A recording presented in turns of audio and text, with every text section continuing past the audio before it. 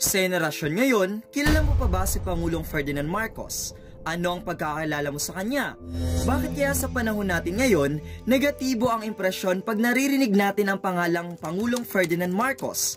Sa video na ito, ibibigay ko sa inyo ang mga naging ambag ni Pangulong Marcos na posibleng ngayon mo palang malalaman. Bago natin simulan ang video na ito, huwag kalimutang mag-subscribe, like, comment, and share. And please tap the notification bell para maging updated ka sa mga bagong videos natin weekly. So sa video na ito, ibibigay ko sa inyo ang 10 naging ambag ni Pangulong Marcos na marahil ay nakapagpabago sa ating bansa at kahit sa panahon ngayon ay napapakinabangan pa rin natin. Number 1. Geothermal Power Plant. Buwan-buwan na lang ay pinoproblema ng magulang mo ang bill sa kuryente dahil ito ay sobrang mahal. Alam mo ba na sa panahon ni Marcos ay hindi gaano naging problema ang kuryente dahil sa administrasyong ito ay nakapagpatayo siya ng mga power plant at kilala din ang Pilipinas noon sa second largest energy producer in the world. Nakapagpatayo lamang siya ng 4 na planta na may 55 megawatts na naging malaking tulong para sa mga mamamayan. Nagtatag siya ng national energy sources na umabot lamang sa 20 power plants tulad ng hydropower plants, coal, thermal at geothermal power plants. Ngunit ipinasara ito ng Aquino administration after EDSA 1986 at ginawa na lamang itong pribado at dahil doon ang Pilipinas na ang may pinakamataas na kuryente sa buong Asia. Number 2. San Juanico Bridge. Hindi ako magtataka kung pamilyar ka sa lugar na ito dahil ito ang tinaguriang pinakamahabang tulay sa buong Pilipinas na may habang 2.16 kilometers. Ito kasi ang kumukonekta sa probinsya ng Samar at ng Leyte. Alam mo ba na ito ang binansagang The Bridge of Love? Dahil ito daw ay dinedicate niya sa kanyang asawa na si Imelda Marcos as a testimonial of his love for her. At sinasabi din niya na ito daw ang pinaka-importanteng regalo na ibinigay niya sa kanyang asawa. Alam mo din ba na pag ito ay tiningnan mo sa aerial view, ito ay korteng L at S. L dahil sa bandang Leyte at korteng S naman dahil sa bandang Samar. Number 3. Philippine-made rocket. Tamang narinig mo, sa kanyang termino, nagkaroon ng pagkakataon na makagawa ang Pilipinas ng sarili nitong rocket. Alam mo ba na ito ay pinangalan ng Bongbong 1? Dahil pinangalan niya ito sa kanyang anak na si Bongbong Marcos. Ito ay nilaunch sa Caballo Island na matatagpuan malapit sa Corregidor, Bataan noong 1972. Ito ay naging parte ng proyektong Project Santa Barbara. Sa paggawa nito, naging katuwang niya ang mga grupo ng scientists and Philippine Navy. Ngunit after EDSA Revolution, ito ay hindi na binigyan ng pondo at ang blueprint nito ay kasabay nitong naglaho. Number 4. Ninoy Aquino International Airport. Kung ikaw ay mahilig mag-travel, malamang ay isa ka sa nakinabang ng pinakamalaking paliparan sa buong Pilipinas, which is ang NAIA. Alam mo ba na sa panahon na ito ni Marcos, ipinatayo niya ito at bago papalitan ng bagong administrasyon, si Marcos ay ito daw ay tinawag na Manila International Airport. Nais daw kasi ng Pangulong Marcos na kilalanin nito hindi sa pangalan niya, kundi sa lugar kung saan ito itinayo at ito daw ay pagmamay-ari ng mamamayan kung kaya naman hindi niya ito sinunod sa pangalan niya. Number 5. Cultural Center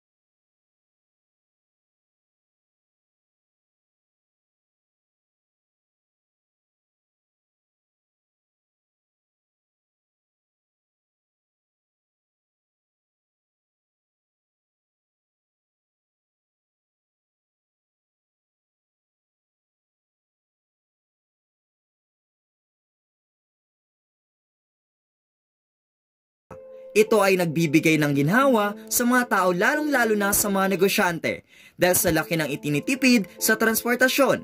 At kahit sa panahon ngayon, aminin natin na talagang ramdam pa din natin ang halaga nito. It is not always easy to see the good in spite of the bad, particularly because there are events which happen that we may never fully understand. The infrastructures that the Marcos administration has left us is a reminder that we should all start building something good in spite of hard times. A good foundation with the right maintenance can lead us to productivity. Thank you for watching this video. Muli, huwag kalimutang mag-subscribe, like, share, and comment. Kung meron kang suggestion na interesting na paksa, gaya ng napanood mo, i-comment mo lang sa comment section. And with that,